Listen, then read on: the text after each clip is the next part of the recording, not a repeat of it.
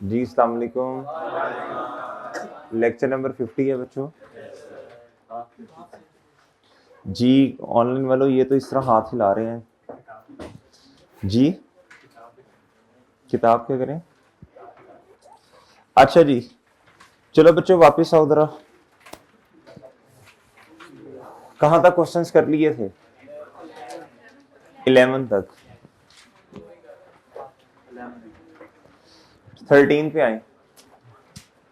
General entry to record decrease in allowance बताएं जी। Decrease in allowance बताएं बच्चों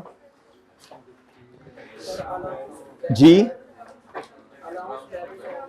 allowance debit doubtful debt expense. Okay बच्चों। अच्छा जी, इधर देखें अब जरा गौर से बच्चों। ये है प्रॉफिट एंड लॉस। क्या है बच्चों? ओके। और ये है एसओएफपी। ये क्या है बच्चों? प्रॉफिट एंड लॉस में क्या कुछ जाना। अब तो क्वेश्चंस किए ना हमने, वो तरतीब से चलते हैं। इधर आना है, इधर देखें। इधर आप लिखते हैं बैड एंड। अच्छा, किस कैटेगरी में लिखना है ये भी एक क्वेश्चन है। ऑपरेटिंग में आएगा ये। कॉस्ट ऑफ सेल में तो नहीं आना। कॉस्ट ऑफ सेल में जो आना था आ गया ना। ये टैक्स एक्सपेंस है ना ये फाइनेंशियल चार्ज है। पीछे एक ही कैटेगरी है, वो क्या है बच्चों? शाबाश। ये चीजें जरा लिंक करनी है। आगे क्वेश्चन आना है फाइनल अकाउंट का 20 नंबर का। जिसने ये चीजें पढ़ी है ना, एसओएफई में क्या आना, प्रॉफिट एंड लॉस में, उसके लिए क्वेश्चन बहुत आसान होगा इंशाल्लाह जी। 20 नंबर का क्वेश्चन है वो जी। ऑपरेटिंग एक्सपेंस जी बच्चों। ऑपरेटिंग एक्सपेंस जी, इसमें आना है जी बैड एंड एक्सपेंस। ओके बच्चों जी। मिसाल के तौर पे 5000 के बैड डेट हैं जी, और बच्चों रिकवरी है 1000 की। कितने की बच्चों? ये डेटा किससे रिलेट करता है? बोलो शाबाश। ये बैड डेट से। इंक्रीज इन प्रोविजन है तो प्लस कर दें, डिक्रीज है तो माइनस कर दें। ठीक है जी। फॉर एग्जांपल 2000 इंक्रीज जी, कितना आया जी? Okay sir. ओके है बच्चों, लें सर, ठीक है। अब सवाल ये है कि फाइनेंशियल पोजीशन में क्या जाना। फाइनेंशियल पोजीशन का मतलब ये है भाई कि जी डेटर्स की पोजीशन क्या, डेटर्स कितने से बुक्स में आ रहे हैं। बात समझे हैं? इधर आपने आना है जी नॉन करंट एसेट में नहीं, बल्कि इसे कहते हैं एक्सट्रैक्ट्स। क्या कहते हैं? एक्सट्रैक्ट्स का मतलब होता है भाई, वैसे तो एसओएफपी में बेतहाशा चीजें आती हैं, प्रॉफिट एंड लॉस में बेतहाशा चीजें आती हैं। एक्सट्रैक्ट्स का मतलब है जी रेलिवेंट चीज। क्या? चैप्टर 5 में जो रेलिवेंट है वो इधर मैंने लिख दिया आपको। इसे कहते हैं एक्सट्रैक्ट्स। क्या कहते हैं? प्रॉफिट एंड लॉस के एक्सट्रैक्ट्स जो चैप्टर 5 से रिलेट करते हैं। ठीक है, ठीक है जी। इधर आए जी। ये है मेरे भाई, क्या बोले, करंट। अच्छा, नॉन करंट में नहीं आना इसने, याद है ना?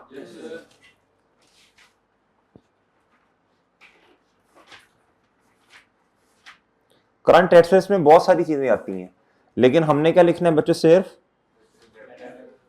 अब ये सुनना बच्चों, डेटर्स कौन से वाले, सही वाले गलत वाले? अगर बैड डेट माइनस नहीं किए तो वो गलत है ना, उसको सही करो ना, जिस तरह हम करते हैं टू बी रिटर्न ऑफ, इस तरह। फिर उसके बाद बच्चों कहता है सेल थी 1000 की उधार वाली, आपने रिकॉर्ड ही नहीं की, तो रिकॉर्ड करो ना। डेटर बढ़ाओ 1000 से, और बच्चों सेल्स को क्रेडिट करो ना। इसका मतलब सेल का बैलेंस भी गलत है और रिसीवेबल का बैलेंस भी गलत है। और सही है, इधर आपने सही वाले लिखने हैं। इसलिए ना मैं इधर लफ्ज लिख देता हूं आपको समझाने के लिए। ग्रॉस, बोलो शाबाश। ग्रॉस प्रॉफिट कितों आ गया मरे? Gross adjusted. इसका मतलब समझे। ग्रॉस का मतलब है जी ग्रॉस का मतलब समझे वो अमाउंट जिसमें से अभी प्रोविजन को माइनस। हाँ, इसलिए मैंने इसे ग्रॉस कहा है। एडजस्टेड का मतलब सही वाले। आपको याद है स्टेप नंबर 1 का जवाब? 3 लाख रुपया निकाला था हमने, याद है ना? वो जो एग्जाम्पल, एक हमारी एग्जाम्पल चलती आ रही थी, वो था मेरे भाई क्या, स्टेप नंबर 1।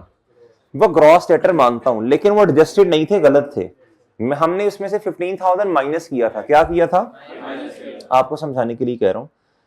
3 लाख माइनस 15,000 कितना बच्चों? इधर हम लिखेंगे कितना, इसमें से मेरे चांद हम लेस करेंगे बताएं शाबाश। जितना डाउट है इस 285,000 पे जी, प्रोविजन या अलाउंस भी कहते हैं, क्या लिखना है, अलाउंस या प्रोविजन?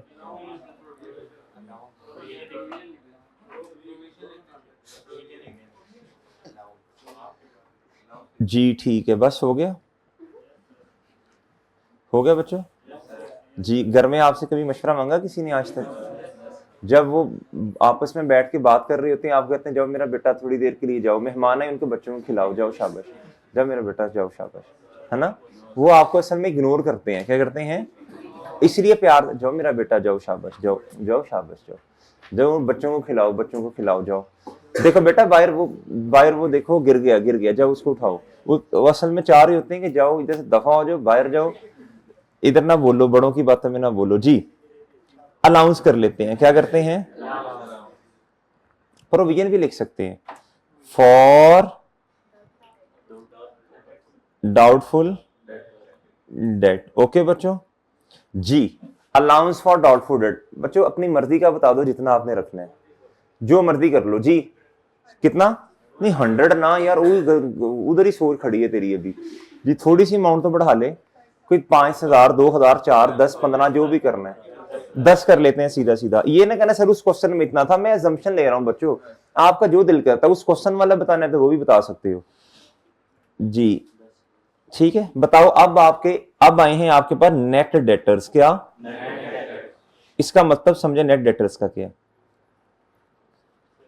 नेट डेटर्स का मतलब समझे बच्चों? नेट डेटर्स का मतलब यह है, आपने पहले लिखा ग्रॉस डेटर, असल लफ्ज होता है ग्रॉस डेटर, आपको समझाने के लिए मैंने लफ्ज ऐड कर दिया एडजस्टेड। क्या? पहले ग्रॉस का मतलब क्या होता है? ग्रॉस का मतलब जिसमें से अभी कॉन्ट्रा माइनस, इसलिए मैंने इसे ग्रॉस कहा है ना जी। माइनस कर देंगे फिर तो नेट आएगा बच्चों। ये एडजस्टेड का मतलब क्या है बच्चों, बोलो? एडजस्टेड का मतलब यह है कि अभी कोई एडजस्टमेंट अगर होने वाली है जिसकी वजह से डेटर रिसीवेबल का बैलेंस क्या होगा बच्चों? चेंज होगा, ज्यादा भी हो सकता है ना, चेंज होगा, चेंज का लफ्ज कर लें, वो सही करें। वो आया रही 285,000, इसमें से जितनी प्रोविजन होगी, कौन से वाली, क्लोजिंग या ओपनिंग? भाई पोजीशन, हम फाइनेंशियल पोजीशन बना रहे हैं, ये क्लोजिंग बैलेंस होता है। क्या होता है बच्चों? अब मेरे पास आगे है नेट डेटर्स, माइनस करने के बाद डन हो गया बच्चों।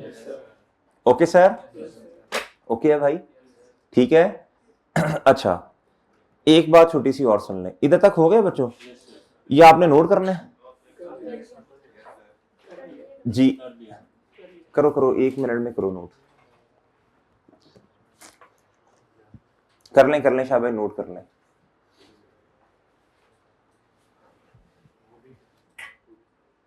ये वैसे बुक में है लेकिन फिर भी आप नोट कर लो जी।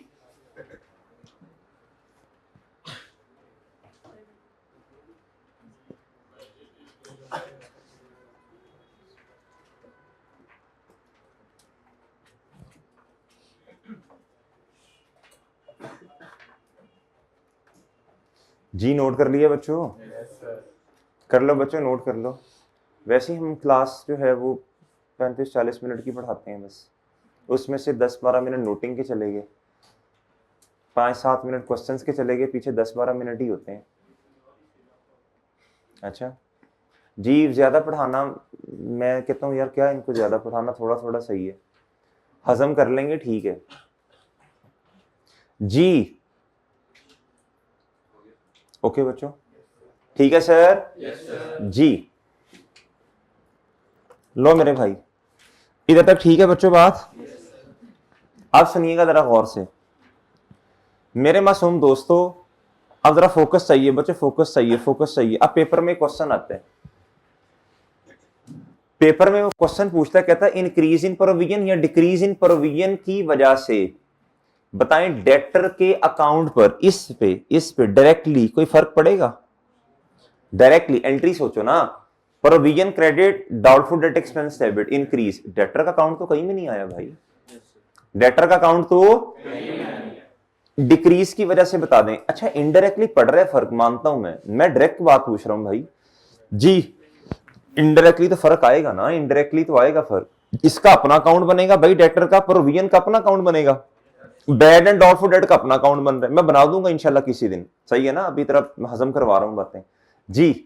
मेरे भाई फिर कहेगा डिक्रीज इन प्रोविजन की वजह से बताएं डेटर के अकाउंट पर क्या फर्क आएगा, कोई फर्क नहीं आएगा। मैं बैलेंस की बात नहीं कर रहा, वो तो कम होगा, मैं आपसे ये कह रहा हूं वो तो भाई जारी सी बात है होगा, मैं कह रहा हूं अकाउंट में पोस्टिंग होगी नहीं। डिक्रीज का मतलब क्या जी बताएं, प्रोविजन डेबिट और डाउटफुल डेट एक्सपेंस, कौन से दो अकाउंट्स इफेक्ट होंगे, कॉन्ट्रा प्रोविजन एंड एक्सपेंस, सही है ना, डाउटफुल डेट एक्सपेंस। इधर तक ओके है बच्चों, कोई मसला? आ जाए वापस जी। क्वेश्चन नंबर 14 पढ़ें, ये एक क्वेश्चन समझाने के लिए सारी तमहीद मान दी है बच्चों। कहता है which two of the following statements are correct, जी बताएं। Receivable shown in statement of financial position, receivable ने उधर ही आना है ना डेटर ने, after deducting the allowance for, सही है गलत है, सही है ना। कहता receivable shown in statement of financial position on gross value, ठीक है, whereas allowance for doubtful debt should be charge to profit and loss, गलती कर गया, अलाउंस नहीं चेंज, चेंज का लफ्ज आता वो सही था, और सही है बच्चों, डिक्रीज या इंक्रीज का लफ्ज आता वो सही था बच्चों, ये गलत हो गया ना, नहीं समझ रहे बात आप, वो समझ रहे हो? कहता increase in an allowance shall be charge as, हाँ ये सही है बच्चों, ये चार्ली सही है, और सही है। कहता credit limit and each analysis are interchangeable, interchangeable, yes yes, interchangeable का मतलब क्या होता है, एक की जगह दूसरा। आप इकोनॉमिक्स पढ़ रहे हैं, आपने पढ़ा है सप्लीमेंट्री गुड्स कम्प्लीमेंट्री गुड्स, पढ़ा है आपने, पेप्सी की जगह कोक, इन्होंने पढ़ लिया, तुमने क्यों नहीं पढ़ा, पेप्सी की जगह कोक, याद है बच्चों जी भाई। इंटरचेंजेबल का मतलब है एक की जगह दूसरा नहीं, क्रेडिट लिमिट का अपना मतलब है, एजिंग एनालिसिस का अपना मतलब है बच्चों, क्रेडिट लिमिट का मतलब है उधार देते हुए देखना कि मैक्सिमम उधार कितना देना है, और भाई age analysis, age receivable analysis का मतलब है अकाउंटिंग पीरियड के एंड पर देखना कि भाई कि ये जो हमारा रिसीवेबल का बैलेंस है कितने कितने दिनों से परटेन करता है, ये भी क्वेश्चन पेपर में आ सकता है। एज रिसीवेबल एनालिसिस ये गुड डेटर के केस में अप्लाई होता है, ये कॉन्सेप्ट गुड डेटर के केस में अप्लाई होगा, बैड या डाउटफुल, ये पेपर में क्वेश्चन आ सकते हैं बच्चों। क्वेश्चन 15, वैसे अगर आप वो लर्निंग ऑब्जेक्टिव गौर से पढ़ेंगे तो उधर से भी आपको पता चल जाएगा, उधर भी लिखा हुआ है जी। Amount receive from customer whose account has already been written off, क्या था in previous year is termed as, जी बताएं। हाँ जी, बैड रिकवरी कहते हैं इसे।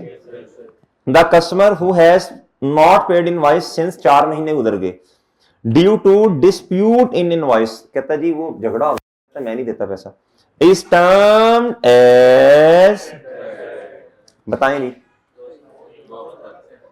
मेरे भाई 3 रीजन है बैड डेट की, डिसऑनेस्टी, बैंकरप्सी या इंसॉल्वेंसी या फिर डेथ, ये रीजन है किसकी बच्चों, डियर गोंगलूस डाउटफुल डेट की। मरे डाउटफुल डेट बैड नहीं, यस सर, अल्फा जवाब है ये भाई, दुनिया जहान की जो भी रीजन आ जाए वो डाउटफुल की है 3 के अलावा। ये वो कह रहा है झगड़ा हो गया, कहता मैं नहीं, ड्यू टू डिस्प्यूट, कहता जी पिछले 4 महीने से पैसे, ये डाउटफुल है मेरे भाई, क्या है, कहां लिखा हुआ है कंफर्म है, कहां लिखा हुआ है डेथ होगी, कहां लिखा हुआ है बच्चों बैंकरप्सी है, कहां लिखा हुआ है डिसऑनेस्टी है जी।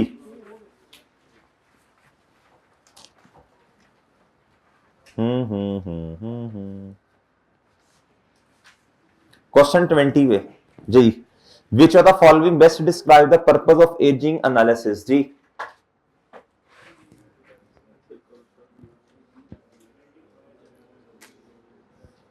To calculate balance of receivable, नहीं, अवेल्युएट द मोस्ट वैल्यूएबल, कौन सबसे बेहतर, नहीं ये कहां वैल्यूएबल, क्या to identify the regularities of, नहीं रेगुलरिटीज क्या, इससे ये थोड़ी पता चलता है कौन कब कब पैसे देता है, इससे तो ये पता चलता है कौन कितने दिनों से परटेन करता जी। To evaluate and identify the irregularities in payments to help company estimate allowance for doubtful debt, okay जी। 21 का जवाब बता दें। M1 of the customer of JSS paid 25,000 against bad debt written off in previous year, पिछले सालों में कहता जी कोई बैड डेट एक्सपेंस हो गया था, हमने उसे राइट ऑफ कर दिया था, कहता व्हाट एंट्री, कहता जी should be pass in the books of JSS जी।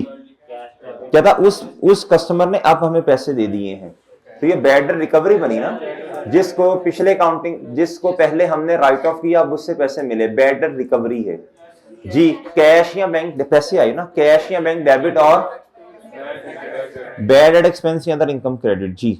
ठीक है, ओके। क्वेश्चन 22 होमवर्क कीजिएगा, सोचने वाला है, कॉन्सेप्चुअल है, सोचने वाला, वैसे आप कर लेंगे उम्मीद है। Question 23 which two of the following entries can be pass if bad debts recovered जी, बताएं शाबाश।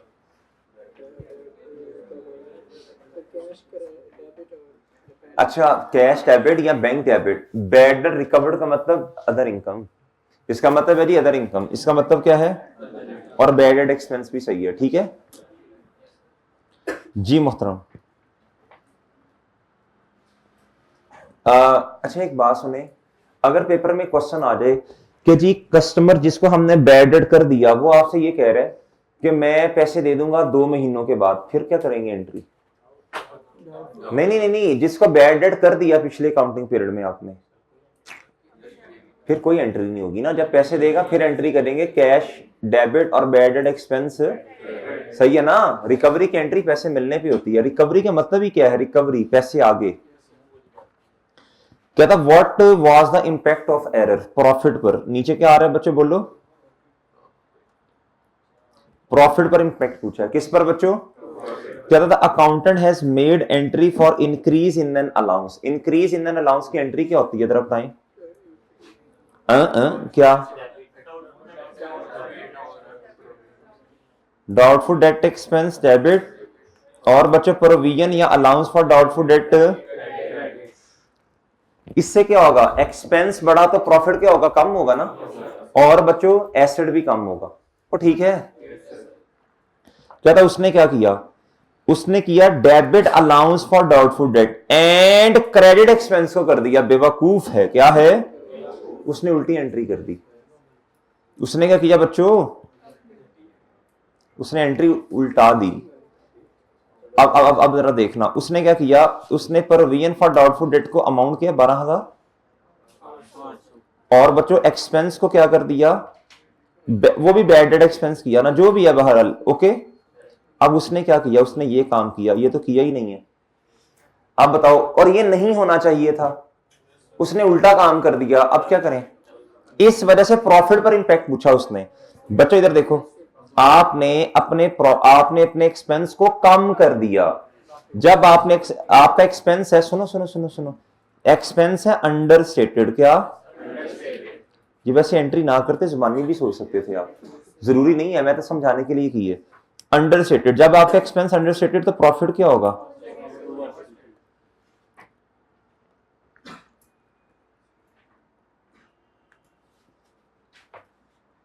ओके डन, ओके जी। अमाउंट बताएं कितनी, कितनी अमाउंट है? नहीं 12,000 से एंट्री नहीं होनी, 25,000 से होनी। क्यों? इधर देखें, BRS वाला चैप्टर याद करें। ये जब कोई बंदा उल्टा काम कर लेना, फिर 2 दफा उसको सही करने के लिए 2 काम। अब सुने बात, सुने सुने, ये एक्स एक्सिस है, क्या है बच्चों? ठीक है बच्चों, जरूरत तो नहीं एक्सिस एक्सिस की, बहरहाल ये है 0, ये क्या है बच्चों? ओके 0, क्या बच्चों? उसने क्या किया, उसने एक्सपेंस को तो कम कर दिया, ये तो एक्सपेंस आ रहा होगा इधर नीचे आके कहीं, कितना? क्या ख्याल है? और सही है ना, ये तो ग्राफ नीचे की तरफ आ रहा है। अब क्या करें, पहले इसको 0 पे लेके जाएं, जब 0 पे लेके जाएंगे, सुनना जरा, जब 0 पे लेके जाएंगे तो आप अपना एक्सपेंस बढ़ाएंगे, ठीक है ना, एक दफा, फिर आप इसे इधर 12,500 तक लेके जाएं। अब आपने पहले ये काम किया, अब ये दूसरा काम ये करना है, तो आप ये करोगे मेरे भाई, ये पहला काम क्यों किया, रिवर्सल, क्या बच्चों? रिवर्सल। फिर क्या बच्चों? अब सही वाली रिकॉर्डिंग और डन है बच्चों। इंपैक्ट कितने से आएगा? एक्सपेंस आपका क्या था बच्चों इस टाइम? जी, एक्सपेंस आपका under stated, profit over stated है 25,000। सिंपल बात है बच्चों, सिंपल बात है। आपको मैं इस तरह समझा देता हूं। ये आपने किसी से, सुनना जरा, आपने शॉपकीपर के 10 रुपए देने हैं। कितने? उस बेचारे को याद नहीं रहा, उसने आपको 10 रुपए दे दिए। आप क्या करोगे? अब खुद बताओ ना, आपको भी समझ आ जाएगी। आप दोगे, आप उसे एक दफा 10 रुपए वापस कर दोगे? आपने इससे ये देना, जरा बॉल पेन देना। ये मैंने इनसे बॉल पेन खरीदी, मैंने इनसे क्या किया बच्चों? तो मैंने इन्हें 10 देने हैं ना, इनको लगा कि मैंने इनको 20 दिए, इन्होंने मुझे 10 दे दिए रिटर्न में। तो सही है, बॉल पेन भी मेरे पास है, 10 रुपए मैंने इनसे ले लिए। तो बात समझे हैं? अब मैं क्या करूंगा? मैं नहीं नहीं सर, वो असल में ना आपने 10 मुझे दे दिए, ये लें। ये तो मेरे भाई, मैं तो 0 पे आ गया हूं इस टाइम। मैंने जब 10 इनको वापस कर दिए तो इन्हीं के पैसे मैंने वापस किए, मैंने तो अपनी जेब से पैसे नहीं निकाले। मैं 2 काम करूंगा, जो इन्होंने गलती से मुझे 10 दिए मैं इनको वापस लौटाऊंगा, प्लस अपनी जेब से निकाल के 10 रुपए भी इनको दूंगा। यानी मैं एंट्री अब 20 से करूंगा। कितने से? उम्मीद है बात समझ आ गई। डन। हाँ, अगर ऐसा हो कि जी अकाउंटेंट ने करना एक्सपेंस को बढ़ाना था, नहीं बढ़ाया, फिर एक दफा काम करेंगे। 2 दफा कब करेंगे? जब उल्टा काम, कोई भी उल्टा काम हो जाए बच्चों, पूरी अकाउंटिंग में सूल बना लें, डबल से इंपैक्ट आएगा। कितने से? अच्छा, डबल से लिख लें या ये लिखिए 2 दफा काम करेंगे। जब भी उल्टा काम करेंगे तो 2 दफा, तो उसका इंपैक्ट 2 दफा लेंगे। जब भी उल्टा काम करेंगे तो उसका इंपैक्ट 2 दफा लेंगे। जब भी उल्टा काम कर लिया तो उसका इंपैक्ट 2 दफा लेंगे। बताएं, ब्रैकेट में लिखे reversal and actual recording. Reversal and actual recording. Done है बच्चों? नहीं समझे जी? तो जवाब इसका क्या बच्चों, बोलो। अच्छा जी,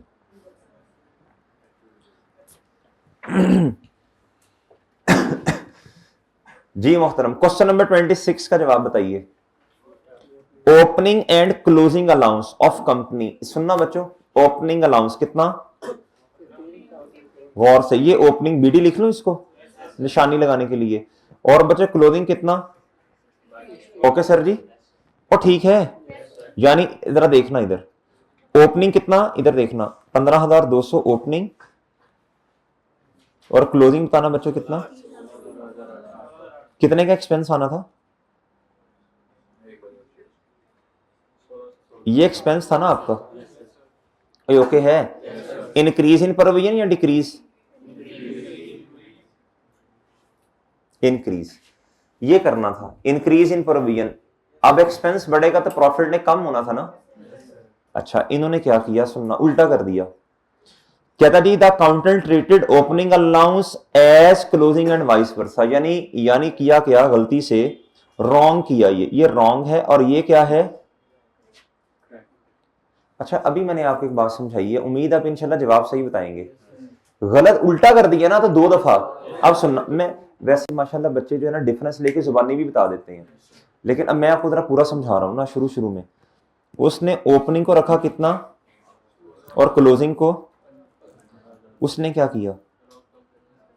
उसने डिक्रीज ट्रीट किया। क्या किया? बिल्कुल पिछले वाले क्वेश्चन की तरह। क्या करें अब? उसने ये काम किया है, ये नहीं किया। उसने अपने एक्सपेंस को किया है कम। हम क्या करेंगे? पहले 0 पे लेके आए। 0 पे लेके आएंगे तो 1600 पहले 0 पे नेट हो गया 0, फिर एक दफा पहले 0 पे लेके आए, एक दफा फिर 2 दफा। डन। तो 3200 से इंपैक्ट आएगा जी। इस चार्ज का मतलब होता है एक्सपेंस। क्या इस टाइम मेरे भाई? अच्छा, पिछले क्वेश्चन में फर्क ये है, इसमें उसमें उसने प्रॉफिट पूछा था, चार्ज का मतलब एक्सपेंस होता है। इसमें उसने क्या पूछा? एक्सपेंस। उसने अपना एक्सपेंस कम किया हुआ है 1600 से, पहले 0 पे लेके आओ फिर बढ़ाओ। इस टाइम आपका एक्सपेंस 3200 से अंडर स्टेटेड है। ओके बच्चों, उम्मीद है आपको अंडर ओवर स्टेटेड समझ आ गए हैं भाई। सही है। अब जो क्वेश्चन मैंने आपको होमवर्क में नहीं दिया, आप होमवर्क में करेंगे, वो आप ऐसे इंशाल्लाह कर लेंगे। वो ठीक है। क्वेश्चन 28 बता दें। Bad written off are charge to profit and loss, ठीक है बिल्कुल इधर तक सही है। And deducted from account receivable as allowance, पागल है ये, अलाउंस तो डाउटफुल के लिए होता है, कंफर्म जन, इधर तक सही था, इधर तक सही था, आगे ना लिखता ना, तो ठीक है, इसलिए कहते हैं कम गुफ्तगू करो, मुख्तसर जवाब। क्या बच्चों, जितना मुख्तसर जवाब देंगे उतनी आपकी गलतियां होने के चांसेस क्या होते हैं बच्चों, एक्सपोज नहीं होते, बस किस मुख्तसर बात करते हैं, ठीक है बच्चों जी, इधर तक सही था, आगे जब बोला ना तो काम गलत हो गया ये, तो ये फिर रॉन्ग, ओके बच्चों, और सही है। Increase in an allowance for doubtful debt is charge to, हाँ सही है सही है, and closing balance of for doubtful debt is deducted from, बिल्कुल बेहतरीन बात होगी है बच्चों ये, इंक्रीज इन एन अलाउंस कहां जाएगा बोलो शाबाश, और जो क्लोथिंग बैलेंस है वो रिसीवेबल ग्रॉस में से माइनस हो जाएगा, ग्रॉस एडजस्टेड में से क्या हो जाएगा, और ठीक है।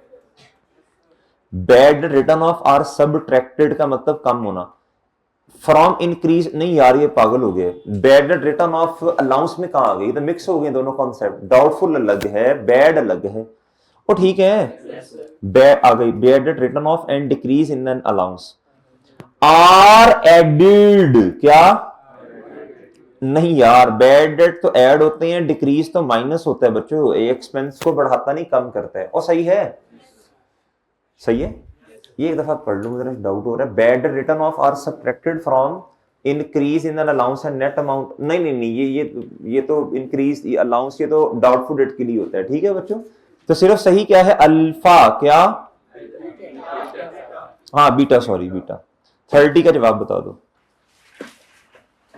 Which of the following two are regarded as reduction in an expense? Expense reduce होगा, एक तो बैड डेट की रिकवरी आ गई, और बताएं, decrease in an allowance, okay ठीक है, 32 बता दें। Which of the following is not a reason for recording the doubtful debt in books? Doubtful की बात हो रही है बच्चों, डाउटफुल जी, स्वेयर फाइनेंशियल डिफिकल्टीज, ये डाउटफुल ही है, उसने नॉट पूछा है, क्या पूछा है, declare bankrupt and liquidated, confirm कि इसके पास अब कुछ भी नहीं है जी, ये बैड डेट है, ये डाउटफुल नहीं, कस्टमर टुक टू लॉन्ग, ये डाउटफुल ही है, कस्टमर फेसिंग ऑपरेशनल डिफिकल्टीज, यानी लेबर स्ट्राइक पे चली गई इसलिए उसकी प्रोडक्शन नहीं हो रही, सेल नहीं हो रही, बेचारे फाइनेंशियल डिफिकल्टीज में है, ये सारी रीजन है किसकी बच्चों, अगर आपने लेक्चर गौर से सुना ना मेरे भाई, बातें गौर से सुनी तो ये चीजें मुश्किल नहीं है, आप इंशाल्लाह खुद जवाब दोगे, अगर कंफ्यूज हो तो फिर इधर भी कंफ्यूजन आएगी जी, ओके है। क्वेश्चन 33 मोहतरम, आंखें खोल के पढ़ना, ये हमने पढ़ा हुआ है कहीं, आंखें खोल के आप पढ़िएगा जरा, विच ऑफ द फॉलोइंग, पढ़ लो बच्चों, पढ़ लो पढ़ लो बच्चों, किस किस का पढ़ने को दिल नहीं करता, भाई ने हाथ खड़ा किया, इधर मेरा चांद, इधर एक मिनट आ तो सही, आ जा जल्दी आ, खुश देख कितना, नहीं बुक के बगैर आना, शायर है ना, तूने अपना हाल, इधर आ जा, कोई शेर सुना, अच्छा सुनाई कोई, एडीन नहीं करनी जी, सुनाओ, तखल्लुस क्या है, शराज नहीं, सही बताओ, नहीं तखल्लुस क्या है, शराज नाम क्या है, तो शराज क्यों रखा, सर वो आपको अकेले में, नहीं अभी बताओ, पब्लिक है, कान में बताओ, थोड़ी देर बाद, अभी शम्मू आ रही है, अच्छा तो सुनाओ शेर, अच्छा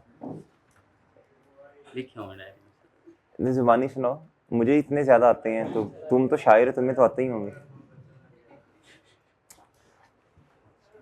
सर 18 प्लस वाला है, नहीं नहीं कोई इस तरह का नहीं सुनाना, अच्छे शेर भी होते हैं, अभी सर ना बच्चे बैठे ना लो कॉन्फिडेंस, नहीं कोई बात नहीं, याद करो, कोई बात नहीं, ये सब अपने ही है, पहले सुना हुआ सर, कोई बात नहीं, मैंने तो नहीं सुना ना, लगेगा लगने लगा है लेकिन लगेगा नहीं, इस तरह का है तो सुना दो, नहीं सही सुनाना है सर, इधर एक मेरा दोस्त था वो चला गया, फिर उसको मुतालिक सुना दो, मुश्किल है निसाब के इल्म का तालिब रो ना जाए, मुश्किल है निसाब के इल्म का तालिब रो ना जाए, जाएं चाहे सब जाएं, बस एक वो न जाए। ये कौन सा दोस्त है आपका? सर वो चला गया अभी, वो चला गया। अच्छा बैठ जा जाके। जी अच्छा इधर इधर कॉन्ट्रा सेटलमेंट बताओ, कॉन्ट्रा सेटलमेंट बताओ बच्चों। जी बच्चों मिस्टर खान हमारा कस्टमर भी है और सप्लायर भी। बच्चों कॉन्ट्रा सेटलमेंट है।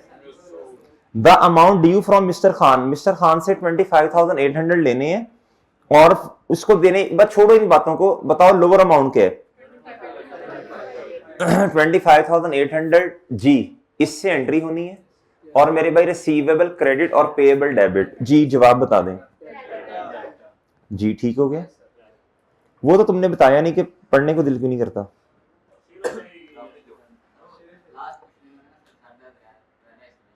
होगा ना जब तू सारा दिन शेर सोचेगा तो है, सोचता है ना तू, ना सोचा कर इतना। अलाउंस फॉर डाउटफुल डेट जो होना है हो जाएगा इंशाल्लाह, कोई मसला नहीं है।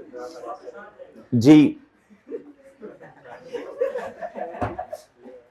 अलाउंस फॉर डाउटफुल डेट जी बताएं जी। जी कॉन्ट्रा फॉर एसेट अकाउंट जी 35 बता दीजिए। जी 35 बताएं।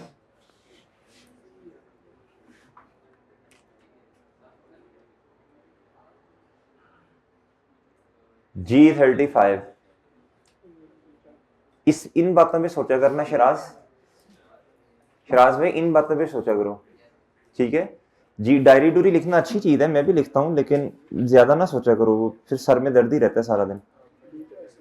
जी while preparing the aging analysis of account receivable, following customers were highlighted who have not paid within the, कहता आपने बताना है which customer carries more risk of bad debt। जी बताएं शाबाश। मेरे भाई जिसके नंबर ऑफ डेज सबसे ज्यादा है। इसमें अमाउंट नहीं देखनी आपने। अच्छा इधर एक लफ्ज है बच्चों, ये बैड डेट उसने क्यों कहा? ये असेसमेंट होती है, होते हैं डाउटफुल है, लेकिन कल को ये असेसमेंट होती है कि ये डाउटफुल क्या हो जाएंगे, बैड डेट हो जाएंगे। बैड डाउटफुल डेट की ना एक दफा डेफिनेशन तो नहीं, एक क्वेश्चन आया था, उसने पूछा था डाउटफुल डेट जो है ना ये असेसमेंट है ऑफ फ्यूचर बैड डेट्स। ये बिल्कुल सही बात है, सही है ना, ये लिखा भी हुआ किताब में कहीं। जी क्वेश्चन 26 बता दें शाबाश, sorry 36। Which of the following statement is सही? An example of doubtful debt includes customer delaying the payment because of facing financial difficulties। हाँ ये doubtful debt की example है। The entry to record doubtful debt is bad debt expense debit account। ना ना ना ना ना ना ना ना, ये तो bad debt expense की entry है मुहतरम। When an allowance is created against doubtful debt, it is recognized as, जी गलत है भाई। जब आप अलाउंस क्रिएट करते हैं तो इंक्रीज या डिक्रीज की बात करनी है आपने, इधर नहीं बताया इंक्रीज या डिक्रीज। अब बात समझे हैं? अगर इंक्रीज है तो एक्सपेंस बढ़ेगा और अगर डिक्रीज है तो एक्सपेंस क्या होगा, कम। आगे the general entry of increase in an allowance, बच्चों ये भी गलत है, ये तो उसने डिक्रीज की एंट्री बताई है। नहीं नहीं नहीं नहीं sorry, allowance debit bad expense, हाँ ये तो उसने बैड की जगह वैसे डाउटफुल होना चाहिए था, लेकिन फिर भी एंट्री उल्टी है। क्या है बच्चों? और बात समझे हो? 38 सर बाकी नहीं करने हैं भाई, क्यों नहीं करने, एक दो कटवाने हैं बाकी करने हैं जी। Which of the following is not a benefit of providing credit to customer, कौन सा बेनिफिट नहीं है?